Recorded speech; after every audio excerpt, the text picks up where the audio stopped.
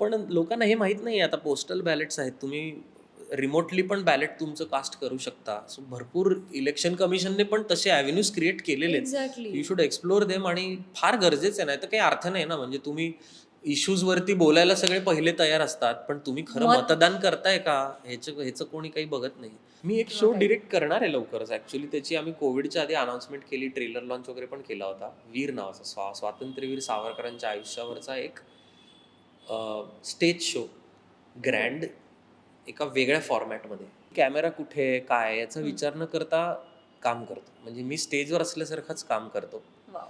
म्हणजे मी माझ्या लाईन्स समोरच्या ॲक्टर्सच्या डोळ्यात बघून बोलणं किंवा ते फील करणं किंवा त्या प्रसंगाला जस्टिस देणं ह्याच्यावर जास्त फोकस करतो. इन द मोमेंट जगणं ज्याला आपण म्हणतो. मग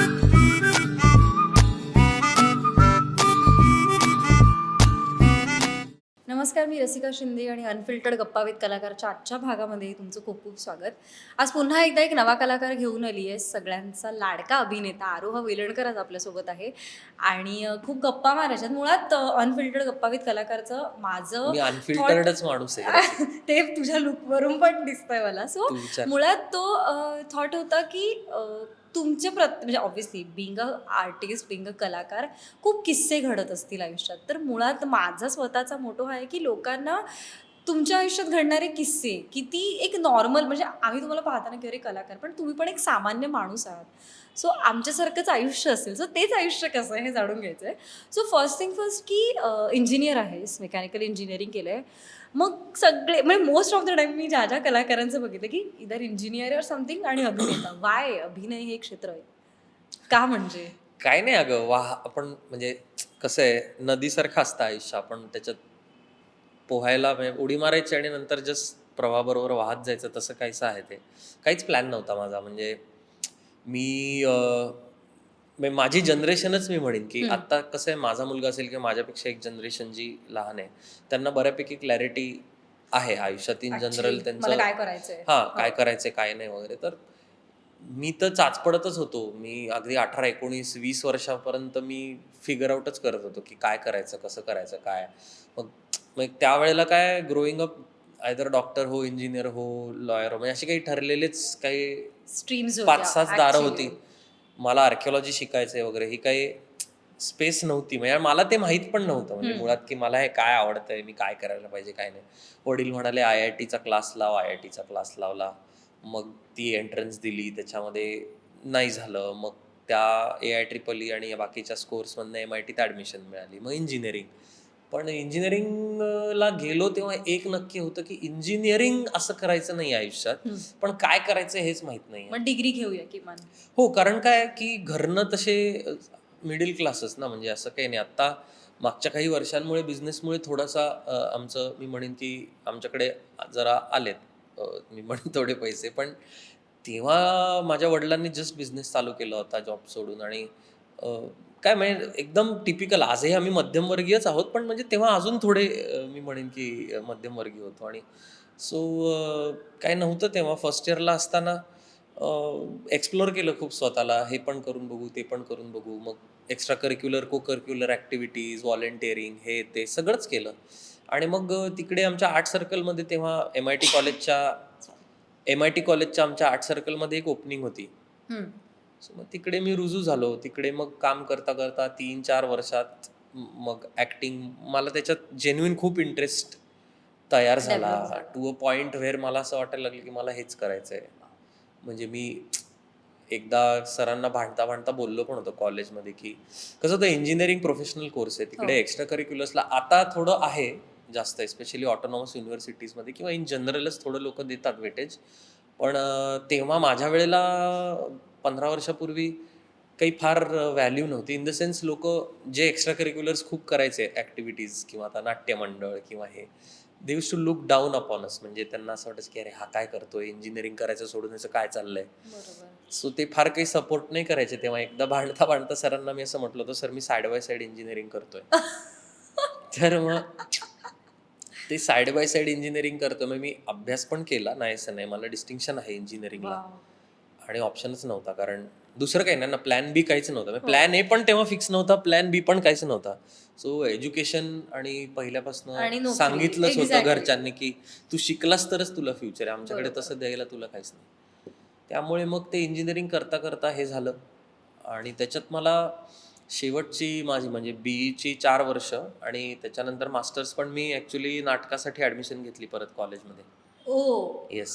मग सो जनरली इंजिनिअरिंग करून लोक असं होतं की कधी संपतंय, पण नाही, माझं काय झालं, मी फायनल इयरला असताना प्लेसमेंटला मी प्लेस झालो होतो. मला चांगला 45,000 पगार होता. वाव. आणि तेव्हा मी माझ्या वडिलांना जस्ट एक खडा टाकून बघितला, की मला हे करायचंय. तर ते म्हणाले, की "नाही, आयदर तू शिक किंवा जॉब कर. I will not allow you to full time acting तर मी काही तुला करू देणार नाही." मग मी विचार केला, की ठीक आहे, जॉबमध्ये तर शक्य होणार नाही.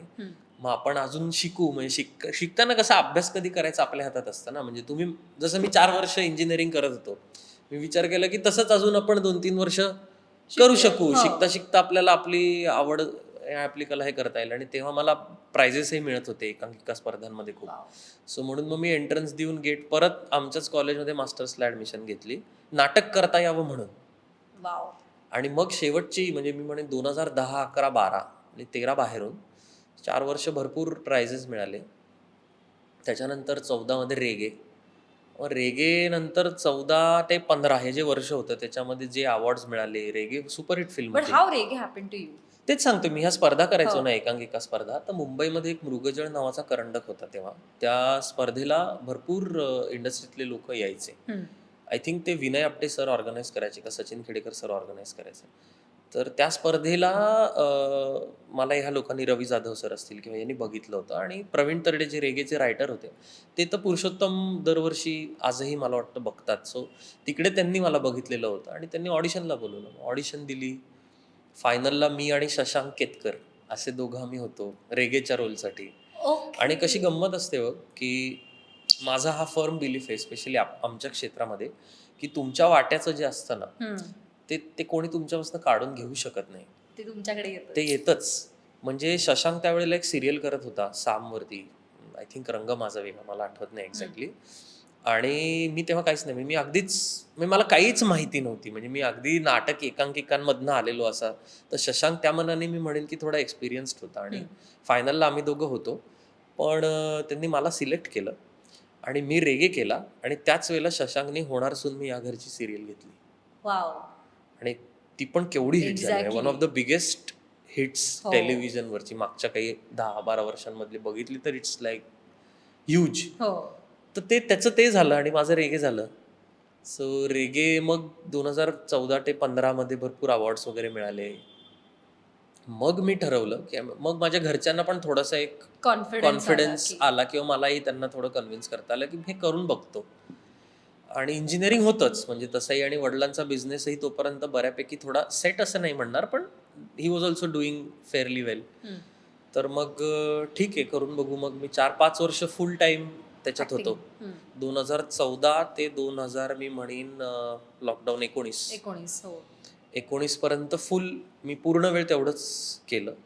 आणि मग 4 वर्षापूर्वी मी परत ठरवलं की आपण बिझनेस करता करता हे करू. सो मी स्विच तो केला. आणि असं आहे म्हणजे. सो रेगे असाच झाला. ऑडिशन दिली आणि पण ते तू म्हणालास ते बरोबर आहे की आपल्या आयुष्यात जे ठरवलेलं असते ती डेस्टिनी ती मिळते. सो फर्स्ट टाइम जेव्हा कॅमेरा फेस केला, काय होत्या रिॲक्शन? दॅट टू इतके सगळे मोठे तेव्हाही कलाकार. तेच आहे आणि आजही तेच आहे. मी कॅमेरा कुठे आहे, काय आहे याचा हम्म. विचार न करता काम करतो. म्हणजे मी स्टेजवर असल्यासारखंच काम करतो. वाव. म्हणजे मी माझ्या लाईन्स समोरच्या ॲक्टर्सच्या डोळ्यात बघून बोलणं किंवा ते फील करणं किंवा त्या प्रसंगाला जस्टिस देणं ह्याच्यावर जास्त फोकस करतो. इन द मोमेंट जगणं ज्याला आपण म्हणतो. मग कॅमेरा कुठे आहे, लाईट कसा आहे, कोण कसं करतंय, काय आजूबाजूला काय चाललंय, या गोष्टी मॅटर नाही करत. So I think that help me. म्हणजे स्टेजमुळे खूप फायदा झाला. आणि बाकी त्यातलं जे टेक्निकॅलिटीज असतात त्या तुम्हाला सांगतात ना लोक, की आता एवढ्या वर्षांनंतर आता तुम्ही सेट झाला की तुम्हाला आता सांगावं नाही लागत की लाईट इकडे आहे, साधारण कॅमेराची मुवमेंट अशी आहे, तर तुला कशी प्रोफाईल ठेवायला पाहिजे किंवा बोलता बोलता तुला असं बघायचं नाहीये किंवा तुला असं बघायचं किंवा क्लोज असेल तर लुक्स कुठे द्यायचे, ओव्हर द शोल्डर कॅमेरा असेल तर साधारण माझा लुक कुठे चीट करायचा, काय करायचं. सो हे आपण हळूहळू शिकत जातो. पण बेसिक मला वाटतं की मला प्रॉब्लेम नाही आला एवढा. मग आजच्या जनरेशनचं तू म्हणजे ऑडिशन आजही म्हणजे मी नुकताच सगळ्यांना द्यावे लागतात. एक्झॅक्टली नाही पण अजिंक्य देव यांच्यासोबत जेव्हा मी गप्पा मारलेल्या तेव्हा त्यांचं होतं की मी आजही काम मागतो. पण हल्लीची जनरेशन आहे किंवा आत्ताचे नव्हते त्यांना ऑडिशन द्यायला किंवा काम असं मागायला नाही लाज आहे. वाटते बऱ्याच जणांना. असं नाही. सो त्याबद्दल तुला काय म्हणायचंय? मी अतिशय निर्लज्जपणे म्हणजे काम यंग मागतो. As in age wise young म्हणते की काम मागतो. मलाही त्याच्यात कुठल्याही माझं प्रोडक्ट आहे. एक हं. नट म्हणून मला स्वतःला विकायचंय. बरोबर. प्रोडक्ट आहे माझं. स्वतः. हो. स्वतः मी प्रोडक्ट आहे आणि मला विकायचंय. कारण माझ्यावरती कोणीतरी पैसे लावणार आहे. माझ्यावरती कोणीतरी सो अवलंबून पण बेसिकली आहे. So I have to sell myself in a very dignified way. म्हणजे त्याचा काही कोणी गैर हे घेऊ नये. पण तसंच आहे ना. बरोबर. तुमचं प्रोडक्ट असतं आणि तुम्हाला ते जसं आता आमच्या बिझनेसमध्ये आम्ही जे प्रोडक्ट्स डिस्ट्रीब्यूट करतो, हं. त्या प्रोडक्ट्सचा कॅटलॉग्स घेऊन आम्हाला प्रॉबेबल कस्टमर्सकडे जावं लागतं, की "सर हे बघा, हे हे असंच आहे, असंच आहे, असंच आहे आणि हे तुम्हाला आवडत असेल तर तुम्ही घ्या." हं. सिमिलरली असंच दिग्दर्शकांना, लेखकांना, प्रोड्युसर्सना जाऊन भेटून, की "सर मी असं आहे, हे काम केलंय आणि तुमच्याबरोबर काम करायची इच्छा आहे. आपण काहीतरी छान काम करू." हे म्हणण्यात मला कुठल्याही प्रकारचा कमीपणा वाटत नाही. आजही सगळ्यांना ऑडिशन्स द्यावे लागतात. That is the way. त्यात काही गैर नाही. मीही देतो. ॲड्सला असतील. फक्त आता कसं सिलेक्टिव्हली देतो कारण की काम केलंय, तशीच काम येतं. आता अगदी असं आता रँडम ओपन ऑडिशन नाही. पूर्वी असंही केलेलं आहे, की आरामनगरला बॅग घेऊन आपण जायचं हां. आणि ऑडिशन्स द्यायच्या वगैरे. हाही झोन माझ्या आयुष्यात आलेला आहे. की Actually. करून बघू आपण, असं काही नाही. पण माझ्या केसमध्ये लकीली पहिलीच फिल्म माझी एवढी मला खरंच म्हणजे चांगली टचवूड मिळाली, ॲक्चुअली की तो काय जो म्हणूया आपण स्ट्रगल म्हणजे होता काइंड ऑफ तो म्हणजे कुठेतरी थोडा थोडा कमी झाला. we कमी can झाला. say. पण केला मी, नाही असं नाही. त्याच्यानंतर खूप स्ट्रगल केला मी. पण ऑडिशन्स द्यावे लागतात. त्यात काही चुकीचं नाही. काम मागण्यातही काही चुकीचं नाही. काही लोकांना ते आवडतं, काही लोकांना त्याच्यात कमीपणा वाटतो. To to each his own असं आहे. असं काही त्याला सेट असं हे नाही. काही-काही लोकांना काम न मागता पण खूप काम मिळतं. काही-काही लोकं खूप ऑडिशन्स देतात, खूप हे करतात, तरी त्यांना काम येत नाही. सो असं काही हे नाहीये. पण मला पर्सनली विचारशील तर एखादा, आता समजा आत्ता आपण इकडे बसलोय हं. आणि जर समजा एखादा मोठा दिग्दर्शक आतमध्ये आला, तर मी हाय हॅलो तर मी करीनच, हो. पण त्यांना म्हणेन की "सर, मला आवडेल तुमच्याबरोबर काम करायला. मी आहे, असंच आहे, असंच आहे." आणि त्यात काही मला वाटत नाही. I think that is the professional way to do it. पण कधी-कधी समोरची व्यक्ती त्याला हे पण करते, म्हणजे की "अरे, हा काय काम मागतोय?" हं. अशा ह्यानी पण बघते. पण ते बघू दे आता काय. आता मी पर्सनली मला त्याच्यात काही असं हे कमीपणा वाटत नाही. आहे तर त्याच्यात काय वाईट आहे? एक्झॅक्टली. बरं मला थोडंसं पुन्हा तुला मागे घेऊन जायचं की तू म्हणालास की एकांकिका वगैरे कॉलेज डेजमध्ये केल्या. तर त्याच्या काही आठवणी तेव्हा कोणते कलाकार तुझ्यासोबत होते का? म्हणजे आत्ताच्या इंडस्ट्रीमध्ये आहेत त्यातले कोणते कलाकार तेव्हा एकांकिका? खूप. मला किस्से ऐकायला खूप. आवडतील. काय म्हणजे सांगशील? मी जेव्हा नाटक करायचो एकांकिका, माझे समवयस्क म्हणजे कोण?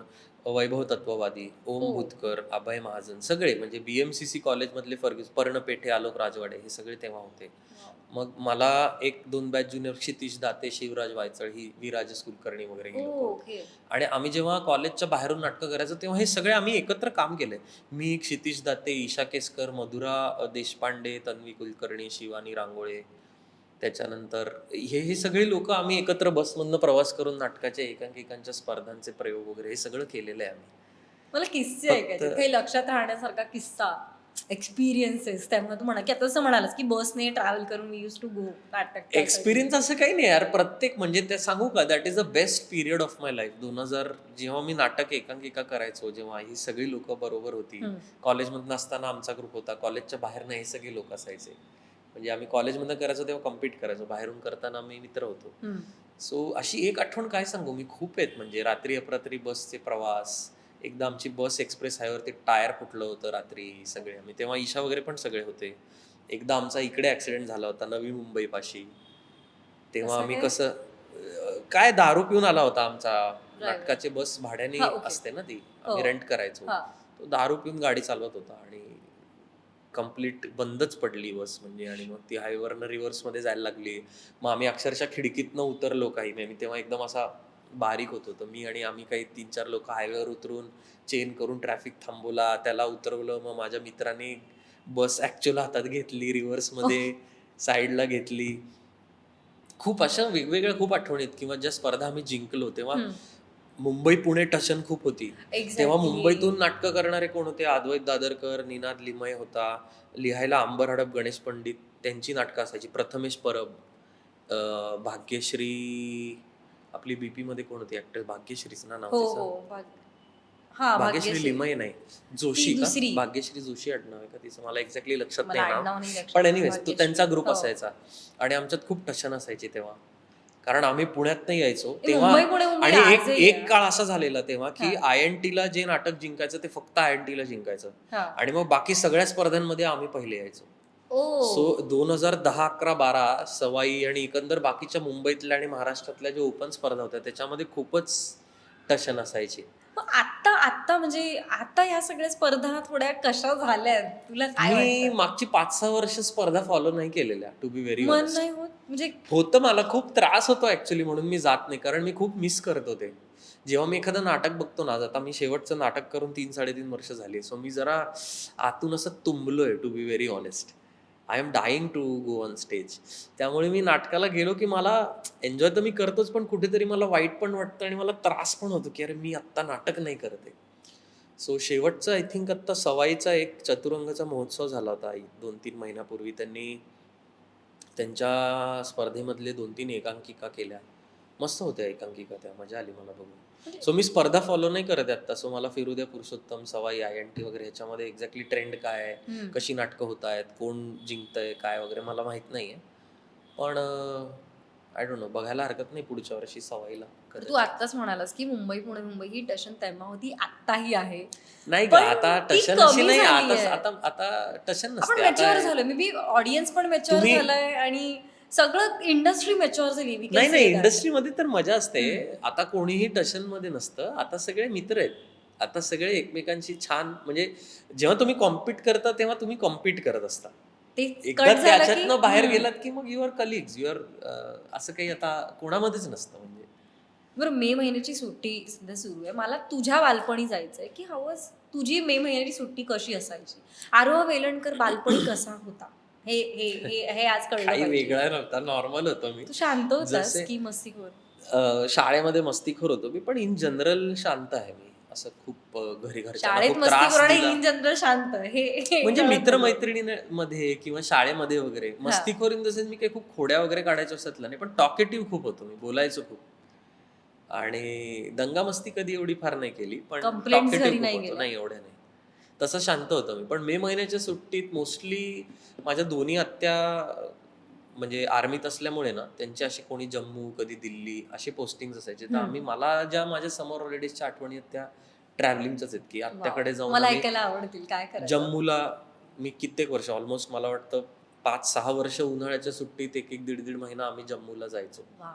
मग तिथे वैष्णोदेवी किंवा CO होते माझे काका तिकडचे सिग्नल्स कोरमध्ये, तर बरंच त्यांचं वजन होतं तिथे त्यावेळेला. तर मग तिकडे आम्ही त्यांच्या आर्मीच्या कॉन्वॉयमधनं फिरायचो आणि तिकडचे मग बाकी मग काय, आता पठाणकोट असेल किंवा जम्मूमध्ये म्हणाल तर ते कटरा आणि सांबा आणि उधमपूर आणि इकडचा सगळा तो एरिया, तिकडचे टेम्पल्स. आणि वैष्णोदेवी तर दर उन्हाळ्याच्या सुट्टीत व्हायचंच, वाव. जेव्हा जितेंद्र काका होता तिकडे. त्याबरोबर दिल्लीला जायचो आम्ही, कधी फिरायचोच मोस्टली, पण अशी काही स्पेसिफिक उन्हाळ्यातली. आणि काय मला आठवतंय ते आत्ता आंब्यांचा सीझन पण चालू आहे, सो आंबे तेव्हा माझी आजी पण आत्ताच्या कम्पॅरिझनमध्ये तरुण होती. ओके. सो आम्ही घरी आईस्क्रीम बनवायचो, मला आठवतंय वाव. उन्हात ते माहिती आहे का तुला, बर्फाच्या ह्याच्यात तो डबा टाकतात आणि मग एकाने इकडे उभं राहायचं गच्चीत, दुसऱ्याने तिकडे उभं राहायचं आणि मग तो डबा असा इकडून तिकडे. नाही, मला नाही माहितीये. सो घरी आईस्क्रीम बनवायचो तेव्हा आम्ही. वाव. हा, सो ती एक आठवण आहे. सो ज्या गोष्टी आता नाही होत, आता रेडीमेड असतं सगळं, तुम्ही एक्झॅक्टली. अमूलचं काय मिस मागवता. करतोस जास्त पण तेव्हा लहानपणीचं? तो एक इव्हेंट असायचा, म्हणजे ऍक्च्युअल आंबे आणणं, त्याचा रस हा. काढणं, तो ते मिक्सचर बनवणं, त्याच्यानंतर ते आमच्या इकडे एक दुकान होतं, ते ते बेसिक एक हे करून द्यायचे, त्याचा एक लाईक वॉटेवर आईस्क्रीमला आईस्क्रीम आणि म्हणजे ते आंब्याचा रस आणि दूध वगैरे मिक्स हा. करून त्याचे जे लिक्विड बनवून आईस्क्रीमसाठी द्यायचे नीडेड आहे ते आणि बनवून मग द्यायचं. ऍक्च्युअल बनवायचो आम्ही घरी, म्हणजे बर्फ हे करून तो रोल करून डब्बा कम्प्लीट, मग तो ओ. परत यायचा. असं उन्हामध्ये आम्ही हे करून ते आईस्क्रीम असं छान वेगळं बनायचं ते. हे पहिल्यांदा पेप्सी ऐकलंय. कोले. हा आता हा हा तेही 1 फार रुपयाची मिळत नाहीत. आता नाही मिळत ऍक्च्युली जे असे नाही ते मिळत. लांब असायचे ते असे बरं तेव्हा वेगवेगळ्या 1 रुपयाची रंगाचे एवढी मोठी पेप्सी पण पेप्सी यायची हा, मिळायची. असं नाही की एवढूशी आणि गं. कोटा असायचा तेव्हा. माझा भाऊ पण कझिन माझ्या बरोबर हा राहायचा. सो आम्हाला दिवसाला 2च अलाउड होते पर हेड. ओके. पण आम्ही ते चोरून चोरून मग 4-5 खायचो. तुझं फ्लेवर कोणता होता फेवरेट त्यातला? मला लालवालं आणि ऑरेंजवालं खूप आवडायचं. आता ते फ्लेवरचं नाव नाही आठवत, जे हं. काय असेल ते. पण मजा यायची ते खायला. प्लास्टिक आता फाडून चोखत बसायचा दिवसभर. ऍक्च्युली आणि आता म्हणजे आता तू म्हणालास तसं खरं नाही मला वाटत कुठे मिळतं. पण म्हणजे मी 4-5 वर्षांपूर्वी जेव्हा खाल्ले तर ते एक तर हे नव्हतं, त्याच्यामध्ये जास्त कलर नसतो, ते नाही, नाही, खूप आता पाणी मिळतं. असतं. फक्त ते आता खूप जास्त प्रोसेस्ड आणि रिफाईंड टाईपचं मिळतं. म्हणजे ते जे तो ओरिजिनल ते ज्यूस जे नसतो मिळायचे त्यात. ना ते चीप असायचे ते, पण भारी होते मजा टेस्टला. यायची ते. ते नाही मिळत. ते म्हणजे नाही मिळत पेप्सी म्हणजे कोला. त्यात तसं व्हायचं की बऱ्याचदा मला आई-बाबा वगैरे सांगायचे की ते तुला माहितीये का ते कुठे बनवतात आणि काय, तरी पण ती हां, खायची म्हणजे मजा हां, ते नाही.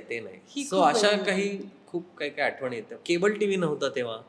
त्यामुळे मला आठवतंय की रोज संध्याकाळी रोज शाळेतनं घरी आल्यावरती आय थिंक 4 वाजता ती एक घरकुल आणि दामिनी नावाची सीरियल लागायची ती. आणि रात्री दूरदर्शनवरती काहीतरी अ, ते आप बीती नावाचा एक शो लागायचा आणि काहीतरी दिशा है हवा है टाइप. हां. बेसिकली दूरदर्शनवरच्या ज्या सीरियल्स होत्या ना, मग 7च्या बातम्या तेव्हा असं होतं की अ, संध्याकाळी अ, मराठीत लागायचं. मग हां. 7 7च्या वाजता बातम्या काहीतरी मराठीत हो, यायच्या हो. आणि मग त्याच्यानंतर आय थिंक सा हिंदी लागायचं का आणि असं मग काहीतरी होती 9:30 का सिस्टम. 9ला बातम्या असायच्या पुन्हा हां, मराठीतल्या. माहीत नाही. सो ते टीव्ही, ते शोज त्या आठवणी आहेत.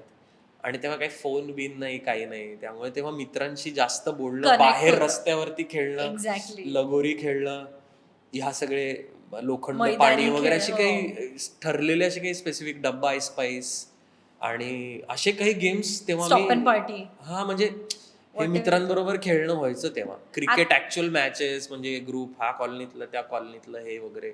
आता सगळे कॉम्प्युटरवर आणि फोनमध्ये असतात त्यामुळे ते नाही होत. सो ह्या काही आठवणी आहेत स्पेसिफिक. मग त्याच्याबद्दल म्हणायचं की काय म्हणजे हा ऑब्व्हियसली जनरेशन गॅप आहे म्हणू शकतो आपण, टेक्नॉलॉजी इंट्रोड्यूस झाली म्हणू शकतो. पण कुठेतरी पुन्हा मुलांनी आपण जे बालपण जगलोय ते पण म्हणजे लिटरली आपण माझं पण असं होतं की कधी-कधी अरे आम्ही हे करायचो, आम्ही ते करायचो, तुम्ही काही करत नाही, नाही. नाही, माझं असं नाही आहे आम्ही हे करायचो, ते करायचो. आत्ता हे जे आहे ते चांगलंच आहे. पण फक्त तरी काय वाटतं तुला? म्हणजे काय आता नाही बदल ना तसं असायला आता हवा होता? आता आता बदल म्हणण्यापेक्षा आता कसं आहे की तेच आहे ना, आता समजा एखादा 16-17 वर्षाचा मुलगा असेल, हं. तर ते लोकं असे गेम्स खेळताना वगैरे नाही दिसणार. तुम्हाला कॉर्नरवर गप्पा मारतील, काहीतरी Instagramवर असतील, हो. फोनमध्येच असतील, फोनवर बोलतील, कुठेतरी खायला जातील, प्यायला जातील. सो हे जे आहे ना खेळणं ऑर्गॅनिक किंवा एकमेकांना भेटणं आणि फोन कमी आणि ह्युमन इंटरॅक्शन जास्त, आय थिंक ते नाहीये, ते मिसिंग आहे. बरं आणि ते होणार पण नाही याच्यापुढे कारण की ॲक्चुअली ते नाही आता तो नॉर्मच नाहीये. मग ह्याच्यावर बोलता-बोलताच आठवतं म्हणालीस की फ्रेंड्सचं. तर एक माहिती आहे आपल्या लहानपणी आपल्या कोणत्या फ्रेंडचा बर्थडे असेल, तर आपलं एक बजेट ठरलेलं असायचं. पण आपलं बजेट काय हो, होतं हो, हो. ₹50 म्हणजे ₹50 ही मिळून 50 पण काढायचं. नाही मला तर नाही, नाही म्हणजे पर हेड ₹5 किंवा असे हां, असायचं. हां. आत्ता पर हेड काहीतरी असतं. नाही तुझ्या मी काय तर आठवणी खूपच त्याबद्दल? फाटका होतो. म्हणजे पॉकेट मनी वगैरे कधी मिळालीच नाही मला. म्हणजे ओके. स्कोपच नाही. म्हणजे हां. एक केबल टीव्ही पण नव्हता गं माझ्याकडे. कॉम्प्युटर वगैरे तर दूरची गोष्ट आहे. फोन बिन तर खूप इंजिनिअरिंग सेकंड इयरला मोबाईल फोन आला. तो पण 1100 Nokiaचा. त्याच्यातही बॅलन्स हार्डली ₹10 वगैरे असायचे माझ्याकडे. हो. सो मी तर खूपच फाटका होतो. पॉकेट मनी पण मला आय थिंक बीईला असताना आय थिंक मंथली ₹500 वगैरे अशी काहीतरी होती. त्याच्यातच पेट्रोल, त्याच्यातच सगळं. My God! So I don't know. पण अ, त्याच्यातही मजा असायची. पण पण चिंदीगिरी अगदी सुट्टे पैसे देऊन पेट्रोल टाकले मित्रांनी, ट्रिप्सी चालवायच्या गाड्या आणि मजा असायची तेव्हा पण. मेकॅनिकल इंजिनिअरच्या मुलांची ना काही मजाच वेगळी असते. म्हणजे माझेही मित्र आहेत तिथे. मला काय किस्से काय आहेत कॉलेजचे किस्से ते तर तू म्हणूच शकत नाहीस की काय नाहीयेत, खूप असणार. पण त्यातला खूप आहे. सांगण्यासारखा किस्सा ऐकायला आवडेल. सांगण्यासारखं काय आहे एकदा आमच्या सांगण्यासारखं म्हणजे आमच्या कॉलेजमध्ये तेव्हा सबमिशन्सच्या वेळेस कसं मला माहित नाही. आय थिंक सरांनी कुठल्या तरी एका मुलाला त्यांची पेनड्राईव्ह दिली आणि हं, त्याच्यामध्ये ते आमचे सर कुठेतरी ट्रिपला गेले होते. हं. तर त्यांचे फोटोज होते. धबधब्याखाली अंडरवेअरवर वगैरे एन्जॉय करतायत असे. फुल तेव्हा ते फोटोज लगेच कॉपी करून पूर्ण सगळीकडे सर्क्युलेट करून बिरून खूप गमती जमती. आणि मेकॅनिकल आणि सिव्हिलचं कसं होतं ना, एकतर मुली नसतात, काहीच एक्झॅक्टली, नाही. आमच्या दॅट्स माय पूर्ण पॉइंट. बॅचमध्ये 180च्या 2 मुली होत्या फक्त. ओ. 2 गर्ल्स इन बॅच ऑफ 180. त्यामुळे सगळीकडे मुलं मुलं सगळे टगे, फुल दंगा, मारामाऱ्या आणि फुल वेगळाच झोन असतो. मेकॅनिकल आणि civil is like completely different. तसे एक आठवण नाही, अशा खूप आठवणी आहेत. काय सांगू तुला एक. मला अजून एखादी आठवण, ही तर तू खूप छोटी आठवण सांगितलीस. नाही ग, मी तुला सांगू का, माझ्या इंजिनिअरिंगच्या आठवणी म्हणशील तर सगळ्या आमच्या आर्ट सर्कलच्याच आहेत. कारण मी जास्त क्लासमध्ये कमी आणि आमच्या नाटकाच्या प्रोसेसमध्ये आणि ग्रुपमध्ये जास्त रमायचो. म्हणजे मी नेहमी डिफॉल्टर लिस्टमध्ये असायचो. पण माझी फाईन मी ही आमच्या म्हणजे मला जे ॲक्टिंगचे प्राईज मनी मिळायची, ₹1000 1200, त्याच्यातनं मी काढायचो. ओ. घरी सांगायचो नाही. माझा अटेंडन्स खूप कमी असायचा. अभ्यासात पण मी काय अगदी डन होतो. म्हणजे मला कधी तो प्रॉब्लेम नाही आला. म्हणजे मी केटी वगैरे काहीच नाही. सबमिशन्सना मला खूप रडवायचे सर, कारण की माझे टाईमवर नाही व्हायचे. कारण मी नाटक वगैरे खूप करायचो, एक्स्ट्रा करिक्युलर्स. पण कधी असं नाही झालं की मी खूप असं म्हणजे 4-4, 5-5 केट्या बसल्या आणि वायडी झालो वगैरे, असं नाही झालं. डिस्टिंक्शननीच पास झालो मी.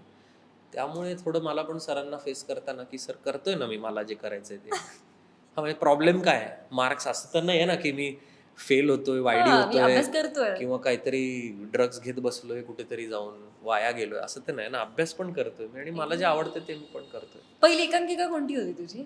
पहिली एकांकिका मी केली होती ती होती पोस्ट मार्टेम नावाची. विजय तेंडुलकरांनीच लिहिलेली होती मला वाटतं. सौरभ पारखेंनी बसवली होती ती ओके. एकांकिका. आणि नाटकातलं नाटक अशी ती थीम होती. ओ. आणि ते नाटक करत असतात आणि कसं त्यांचं नाटक फिसकटत जातं फॉर सम रिझन, असं ते नाटकातलं नाटक अशी स्टोरी होती. मग दुसरी एकांकिका होती आगंतुक, माझं पहिलं पुरुषोत्तम होतं. ती योगेश ओके. सोमणांची एकांकिका होती. ओके. मग तिसरी एकांकिका आम्ही केली होती, ती होती I think perfect justice. I don't remember. Maybe I don't remember. आता मला क्रोनॉलॉजी नाही आठवते, पण भरपूर लोकांबरोबर कामं केली तेव्हा मी.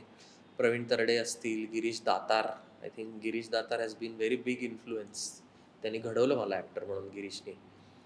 श्रीरंग गोडबोले, विभावरी देशपांडे त्या काळात. मग सौरभ पारखे, केदार आठवले, विजय पटवर्धन, त्यानंतर श्रीनिवास भिसे, पुण्यातल्या बरेच, नितीन दंदुके, बरेच लोकांबरोबर कामं केली एकांकिका. बरं, प्रवीण तरडेंचं नाव घेतलं तर धर्मवीर 2 मध्ये दिसणार आहेस, काय काय सांगणार आहेस आम्हाला तुला कोणी त्याच्याबद्दल? सांगितलं? अजून कोणालाच माहित नाहीये.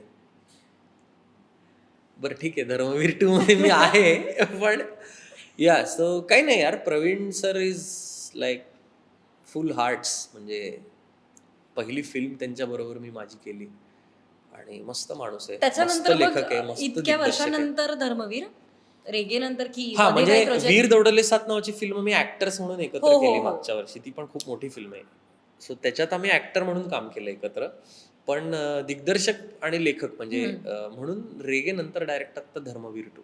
काय सांगशील त्या मूवी बद्दल, प्रवीण तरडेंबद्दल खूप रादर मोठी काय फिल्म आहे. सांगशील? खूप मोठी फिल्म आहे. माझाही खूप चांगला रोल आहे त्याच्यामध्ये, खूप मोठा रोल आहे.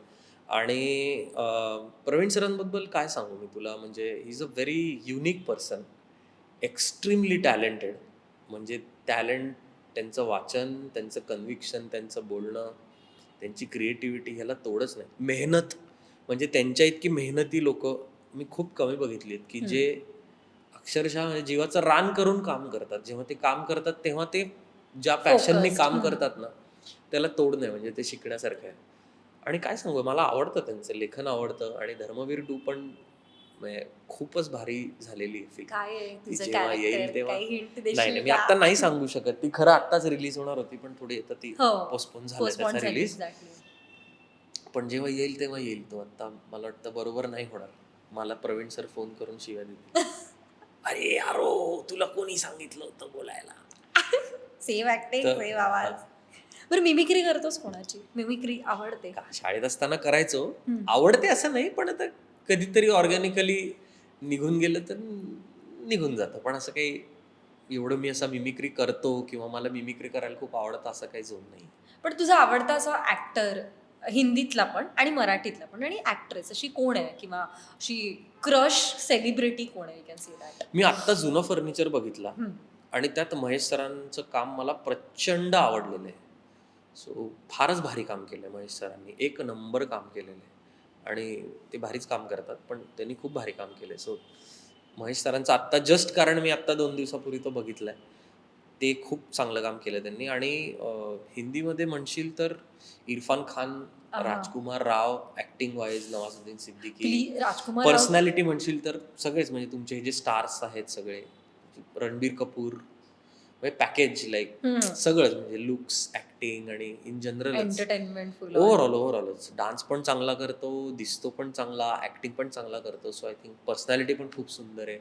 सो भारी आहेत ते. म्हणजे सगळ्यांकडनं काही ना काही छोटं छोटं घेण्यासारखं एक नट म्हणून. असं म्हणजे मला हा आवडत नाही, किंवा मला हा आवडत नाही, किंवा ही आवडत नाही, हा खूप आवडतो, असं नाही. आय थिंक प्रत्येकाकडनं काही ना काही छोटं छोटं घेण्यासारखं असतं बरं, ॲक्टर म्हणून. आता तू राजकुमार राव यांचाच उल्लेख केला तर मी जस्ट त्यांचा श्रीकांत मूवी पाहिला. You must watch. हो का? ओके, चांगला हो आहे ना? हो, कारण श्रीकांत बोलला जे बट त्याचा एडी शिवराज आहे बरं का, असोसिएट आहे शिवराज वायचळ. ओ सो त्याच्यासाठी तर डेफिनेटली मी नाही, बघेनच. खरंच बघ. आत्ताच रिलीज झाला ना तो? 10 मे आता जस्ट हां, रिलीज हां, झालाय. हां, हां. सो ते श्रीकांत बोला जे पहिले अंध माहिती आहे मला, जे ट्रू स्टोरी आहे उद्योगपती. ती. सो मी वाचलंय पण त्याच्याबद्दल. राजकुमार राव इज ऍक्च्युली म्हणजे इतकं झोकून देऊन त्यात काम करणं. आणि जेव्हा त्यांचं ट्रेलर लॉन्चला मी गेलेले ना, तेव्हा त्यांनी सांगितलेलं की ते सेटवर आले ना की ते लेन्स लावायचे आणि ते पूर्ण वेळ सेटवर तसेच असायचे, का तर he want to feel it. Live like Shrikant. Method acting म्हणतात त्याला.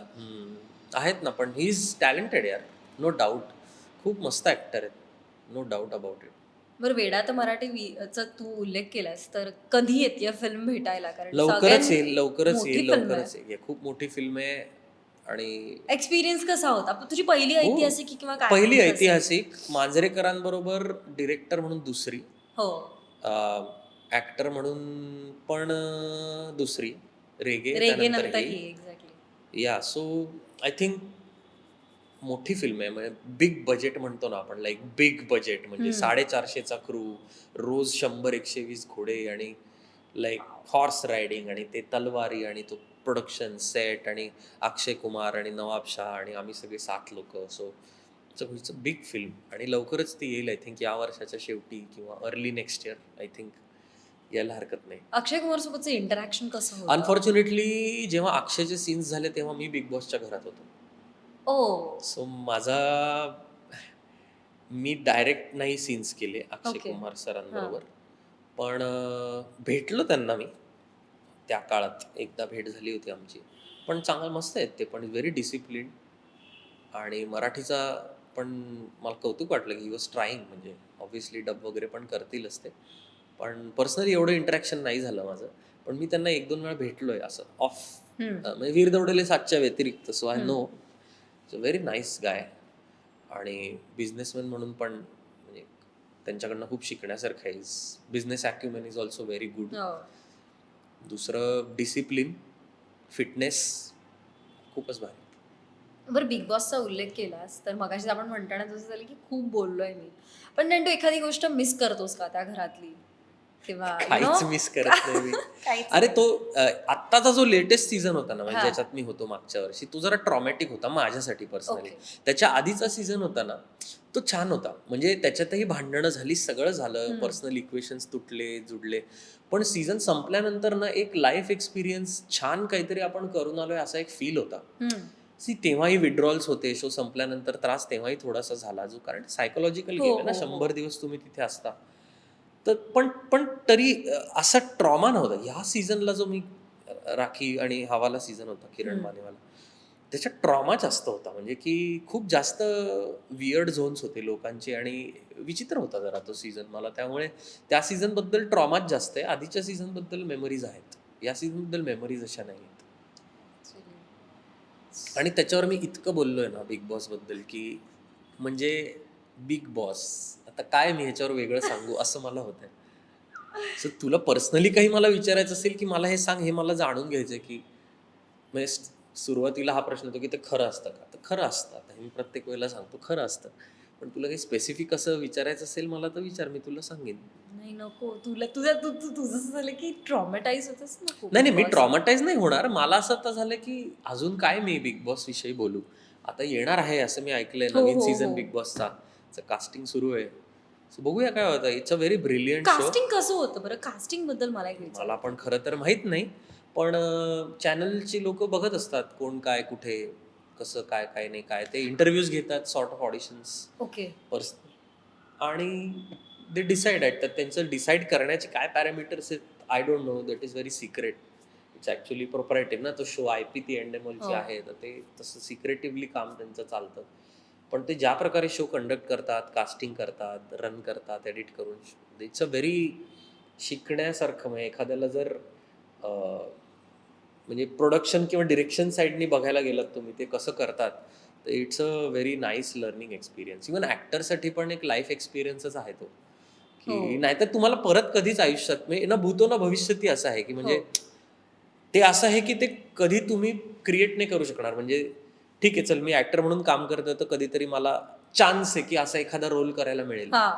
बिग बॉस ही अशी गोष्ट आहे की जर तुमच्या आयुष्यात आली तरच होईल नंतर ती नाही घडत. नाही हो. घडत किंवा तुम्ही ती घडवू पण शकत नाही अशी गोष्ट आहे पण एक ऍक्टर म्हणून तू म्हणालास जसं की एक बिग बॉस नंतर आता फॉर एक्झाम्पल आता जो हिंदी बिग बॉस झाला तर त्याच्यामध्ये ती आयशा खान असेल किंवा मग इतर सो त्यांना एक काय म्हणतात त्यांनी सॉंग्स केले किंवा एक ओळख मिळते असं म्हणतात So, तुझा बदल काय झाला हो इंडस्ट्रीमध्ये तुझ्याकडे पाहण्याचा दृष्टिकोन कसा मला झाला? केवढी दुसऱ्या म्हणजे माझा आणि शिवचा जो सीझन होता सेकंड सीझन त्याच्यानंतर केवढे म्हणजे आय थिंक मला रेगे नंतर मिळालं नव्हतं तेवढी जास्त पॉप्युलॅरिटी त्या शोने दिली आणि त्या शोची ताकद येते म्हणजे आजही मला जेव्हा लोक विचारतात की अरे बिग बॉसमध्ये जाऊ का नको मी त्यांना सांगतो आवर्जून जा कारण त्याच्या एक तर तो सगळ्यात पॉप्युलर शो आहे टेलिव्हिजनवरचा सो तिथे गेल्यानंतर आत कसं वागायचंय आणि तुला स्वतःला कसं पोर्ट्रे करायचंय ते तुझ्या हातात आहे तू डिसाईड कर बरोबर.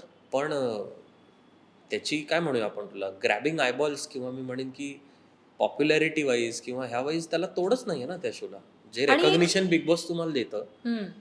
ते नाही दुसरा कुठला शो देऊ शकत आता ते तुम्ही कसं एनकॅश करता तुमच्यावर आहे आता माझ्या केसमध्ये मी हाच विचार केला की अरे बाबा रियालिटी शो आहे तर मी ऍक्टर म्हणून खूप काम करीन लोक मला नट म्हणून ओळखतीलच बरोबर. पण मी माणूस म्हणून कसं आहे दाखवायची खूप चांगली संधी आहे ना की मी कसा वागतो ऍक्च्युअल कसा राहतो बोलतो माझे विचार इन जनरल ऑफ कॅमेरा कसे आहेत काय आहेत so I think it's a good opportunity म्हणून मी ते तसं एक स्वतःला घेतो. पण पारखतो कारण बऱ्याच वेळेस आपण नॉर्मल लाईफमध्ये आपण फॅमिली मेंबर्स की आपले फ्रेंड्स असतील त्यांना माहीत असतं तू आरोह म्हणून कसा आहेस पण जेव्हा तू त्या इतर 10-12 जणांमध्ये राहतोस प्रत्येकाची विचार करण्याची वृत्ती वेगळी आहे मत मांडण्याची वृत्ती वेगळी आहे सो त्यात एक माणूस म्हणून पण नक्कीच एक तो व्यक्ती घडून बाहेर पडत असेल.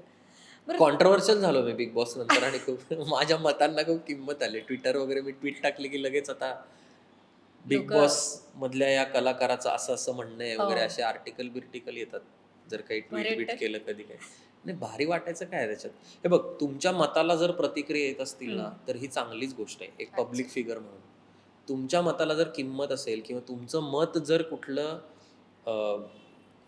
If you are getting reactions for your opinion it's a good thing हा तर तुम्ही ते काय मत मांडता त्याच्यावरती पण अवलंबून असतं बरोबर. पण मी काय ते लोकांना प्रतिक्रिया यावी म्हणून मी नाही करत मला तुला जे वाटतं- वाटतं ते मी exactly. बोलतो इतकं साधं आहे ते आणि ते जर लोकांना आवडत असेल किंवा त्याच्यावर काही प्रतिक्रिया येत असतील तर I think it's a good thing पण बऱ्याचदा असं होतं ना की अरे की आता ऑफिस तुम्ही एक कलाकार जरी असला तरी मी नॉर्मल माणूस आहे, तुमची ही मतं आहेत इधर ती चांगली म्हणजे योग्य असतील अयोग्य असतील किंवा काहीही असेल तुझं एक मत आहे पण त्याच्यावरती ट्रोल केलं जातं म्हणजे पटकन म्हणून की लेबलिंग केलं जातं की अरे ह्याने हे म्हटलं म्हणजे हे असंच असणार जे की काहीही असेल माझ्या डोक्यात तेव्हा काही आलं मी अनफॉर्च्युनेट आहे पण काय करणार यार आता सोशल मीडियामुळे ना लोकांना एक घर बसल्या ते आज इकडे बसून देशाच्या पंतप्रधानाला पण शिव्या देऊ शकतात किंवा वाटेल ते बोलू शकतात त्यांच्या टाईमलाईनवर काही लिहू शकतात आणि त्यांच्या मनातला राग किंवा त्यांचे फ्रस्ट्रेशन्स किंवा जे काय त्यांचं जी काय सायकी असेल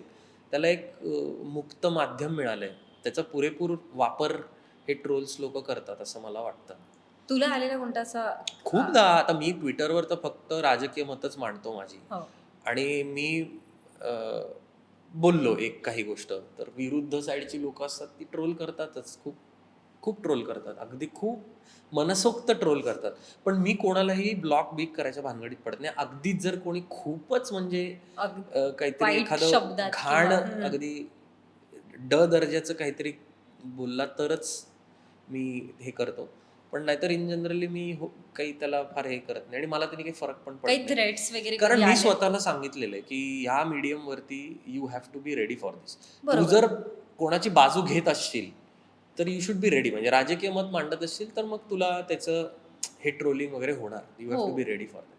त्यामुळे ते मला नाही अफेक्ट करत. थ्रेड्स मला वगैरे. अफेक्ट करत नाही. चुकीचं आहे का तर 100% चुकीचं आहे.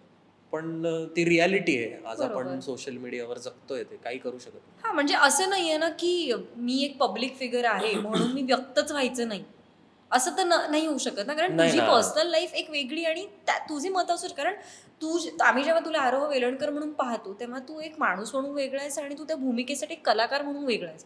सो ते पण एक आणि प्रेक्षक आपल्याकडे म्हणून. एक लोकांचंच असतं की कलाकाराने राजकीय भूमिका नाही घ्यायची, कलाकारांना अशाच प्रकारे वागायचं, कलाकाराने सतत सगळ्यांच्या पुढे असंच राहायचं, त्याचं फक्त छान छान गुडी गुडी असंच तसंच. असं नाही, नसलं पाहिजे असं. मग मला नाही वाटत असं मी राहावं. मला जे वाटतं त्यामुळे मी ते रोखठोकपणे माझे विचार मांडतो, जे काय असतील ते.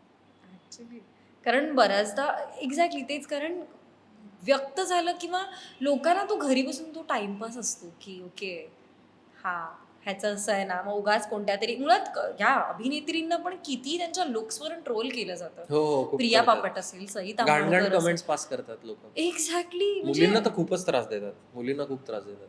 मुलांना तरी थोडं मी म्हणेन की कमी आहे त्या मानाने, पण मुलींना तर खूपच त्रास देतात बाबा. कमेंट्स करून, मेसेजेस करून, डीएम्स करून. डीएम्स करून त्रास देतात खूप. खरंच. मला मगाशी आपण बोलता बोलता माझ्या लक्षात येतं की हिंदीत पदार्पण करतोयस, तर मी मी सांगण्यापेक्षा तूच सांग की काय, कोणती कलाकृती आहे, कुणासोबत येतोयस आणि. सो चंदू चॅम्पियन नावाची फिल्म आहे. येत्या आय थिंक 14 जूनला रिलीज आहे. आणि त्याच्यात कार्तिक आर्यनचा टायटल रोल आहे. एक मराठी बॅकड्रॉपवरचीच ती फिल्म आहे. साजिद नडियाडवाला प्रोड्युसर आहेत आणि कबीर खानने ती डिरेक्ट केली आहे. सो माझी पहिलीच फिल्म आहे आणि त्याच्यात एक माझा छोटा पण छान असा रोल आहे. कशी फिल्म कशी घडली, म्हणजे कशी आली तुझ्याकडे? सो बेसिकली मी कबीर खान यांची 83 जी फिल्म आहे ना, त्याच्यासाठी मुकेश छाबराज एक खूप मोठे कास्टिंग डिरेक्टर, त्यांच्याकडे ऑडिशन दिलं होतं. माझं ऑलमोस्ट झालं होतं, पण फॉर सम रिझन ज्या रोलसाठी मी कास्ट होणार होतो ते डिडंट वर्क आउट. ओके. पण मग ते होतं ना त्यांच्याकडे, like they had seen me, I had spoken to him, they had seen my work. तर मग आय थिंक त्याच्यानंतर मला या फिल्मसाठी कॉल आला आणि मग त्यांनी असं सांगितलं, असा असा रोल आहे, छोटा आहे पण चांगला आहे, प्रॉमिसिंग आहे, करावंच असं वाटतंय. म्हटलं करू, केला. आणि आता माहित नाही, बघू आता 14 जूनला रिलीज आहे. सो माझी पहिलीच हिंदी फिल्म आहे. सो किती मी एक्साइटेड एक्सायटेड आहे, कसं आहे. वाटतंय? मला छान वाटतंय. बरं आणि तो पण पहिलंच हे कार्तिक आर्यनसोबत हो, म्हणजे होतंय. सुरुवात करायचीच तर मी ॲक्च्युली ह्याच्या आधी अशा अनेक छोट्या-छोट्या रोल्सना नाही पण म्हणालेलो आहे. पण मी विचार केला, की आता ह्या पॉइंटला जर सुरुवात करायचीच असेल, तर ह्याच्यापेक्षा मोठं अजून काही नसणार आहे म्हणजे, की बरोबर. तुला साजिद नडियाडवालासारखा प्रोड्युसर, कबीर खानसारखा डिरेक्टर आणि आत्ता कार्तिक आर्यनसारखा हिंदीतला मोठा स्टार यांच्याबरोबर जर तुला असोसिएट व्हायला मिळतंय, त्या प्रोडक्शनमध्ये जायला मिळतंय, रोल मिळतोय, तर करायला काहीच हरकत नाही आहे. याने तुझं नुकसान तर काहीच होणार नाही आहे. बरोबर. सो मी तो डिसिजन घेतला आणि मला खूप मजा आली. 12 दिवस शूट केलं मी. पुणे, वाई, मुंबई 3 ठिकाणी शूटिंग होतं. महाराष्ट्रातच केलंय. महाराष्ट्रातच. So, मराठी बॅकड्रॉप असलेलीच ती फिल्म आहे. मुरलीकांत पेटकर म्हणून एक पद्मश्री विनर आहेत. त्यांच्यावरचा बायोपिक आहे हा. He is the first Paralympian gold medallist. आणि त्यांना अर्जुन अवॉर्ड वगैरे पण मिळालेला आहे.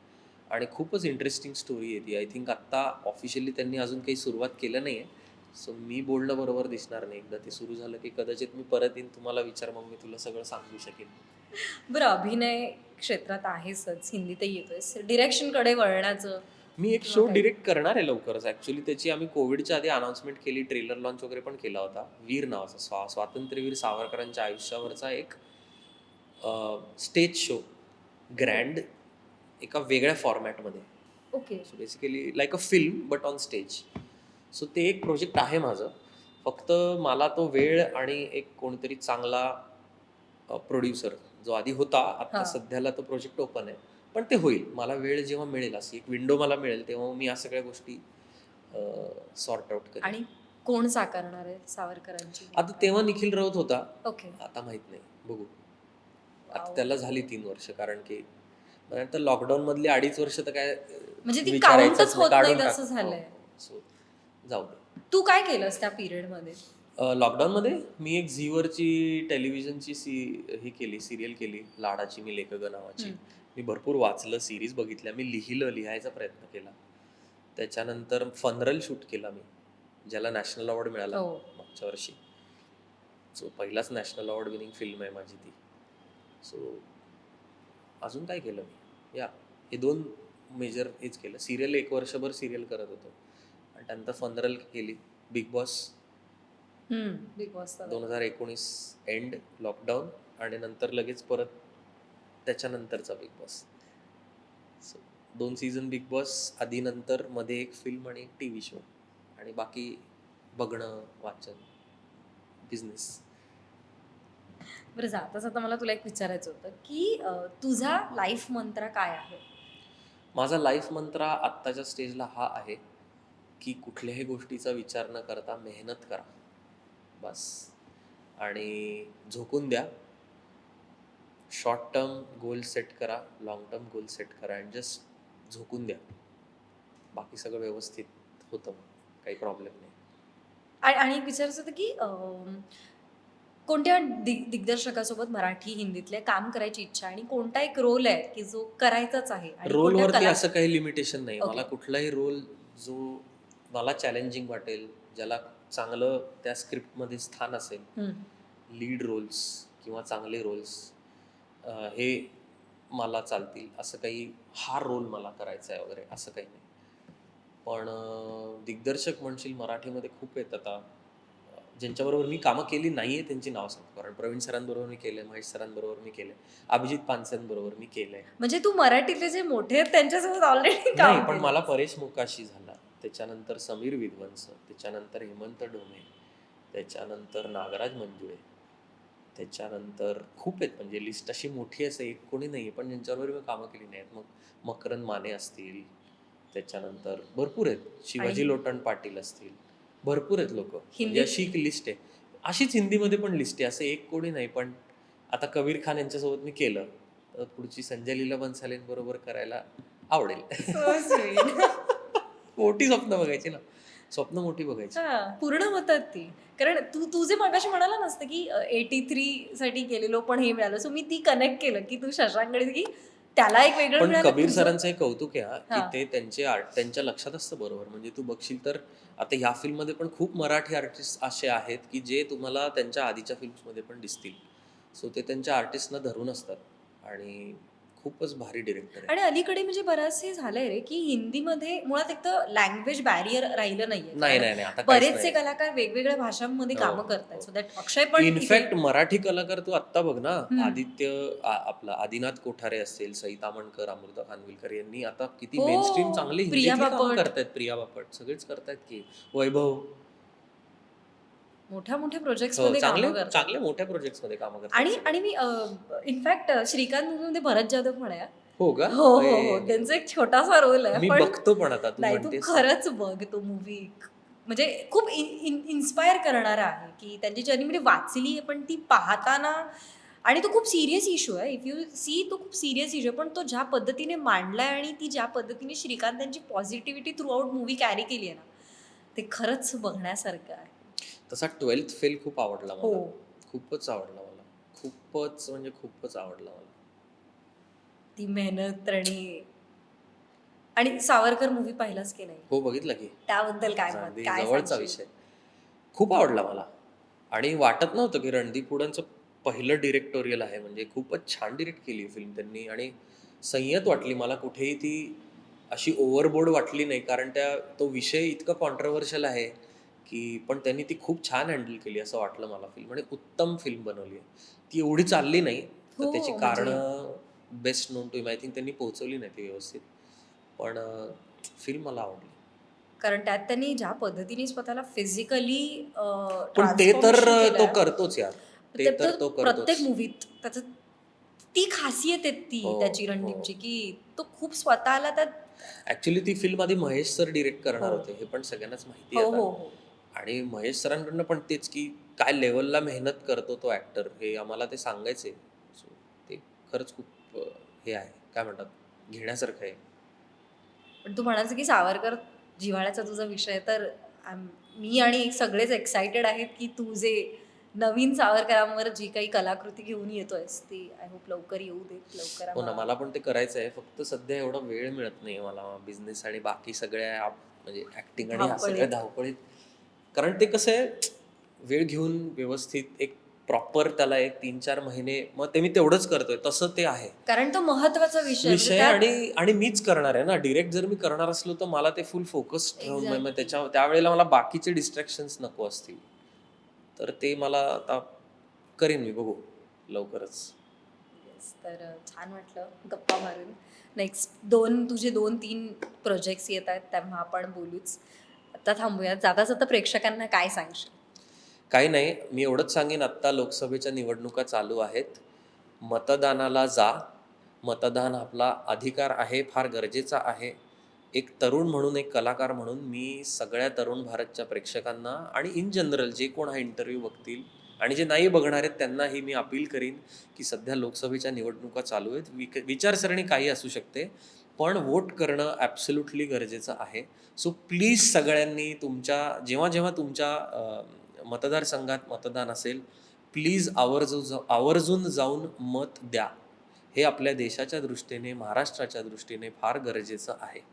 सो प्लीज मतदान करा, हे मी आज इकडे सगळ्यांना सांगेन. मग ह्याच्यावर मला एक प्रश्न की बऱ्याचदा असं होतं की मतदानाचा दिवस हा सुट्टी म्हणून हो ना, आता आमच्याकडे पुण्याला पण 13 तारखेला मतदान आहे, आता परवा दिवशी, आणि लॉंग वीकेंड आहे. तर बरीच लोक बहुतेक फिरायला. कल्टी मारणार. हो, पण लोकांना हे माहित नाही. आता पोस्टल बॅलेट्स आहेत, तुम्ही रिमोटली पण बॅलेट तुमचं कास्ट करू शकता. सो भरपूर इलेक्शन कमिशनने पण तसे ॲव्हेन्यूज क्रिएट केलेले आहेत. Exactly. You should explore them. आणि फार गरजेचं आहे, नाही तर काही अर्थ नाही ना. म्हणजे तुम्ही इश्यूज वरती बोलायला सगळे पहिले तयार असतात, पण तुम्ही खरं मतदान करताय का ह्याचं कोणी काही बघत नाही. सो पहिले तुम्ही मतदान करा, मग कारण त्याच्यावर बोला. नंतर ते बोलायला पहिले उभे असतात की हां, अरे हे पण मग असं तुम्ही आधी तसं. मत तर द्या. एक्झॅक्टली. सो फार गरजेचं आहे. सो सगळ्यांनी मतदान करा आणि आपण सगळे मिळून आपला देश घडवूया. तर थँक्यू सो मच. खूप छान वाटलं तुझी गप्पा मारून. तर तुम्हाला आमच्या या अनफिल्टर्ड गप्पा कशा वाटल्या हे आम्हाला प्रतिक्रियामधून कळवा. आणि भेटूयात पुन्हा एकदा अनफिल्टर्ड गप्पा विथ कलाकारच्या पुढच्या भागामध्ये. आणखीन एक नवा कलाकार भेटायला घेऊन येईन. तोपर्यंत धन्यवाद.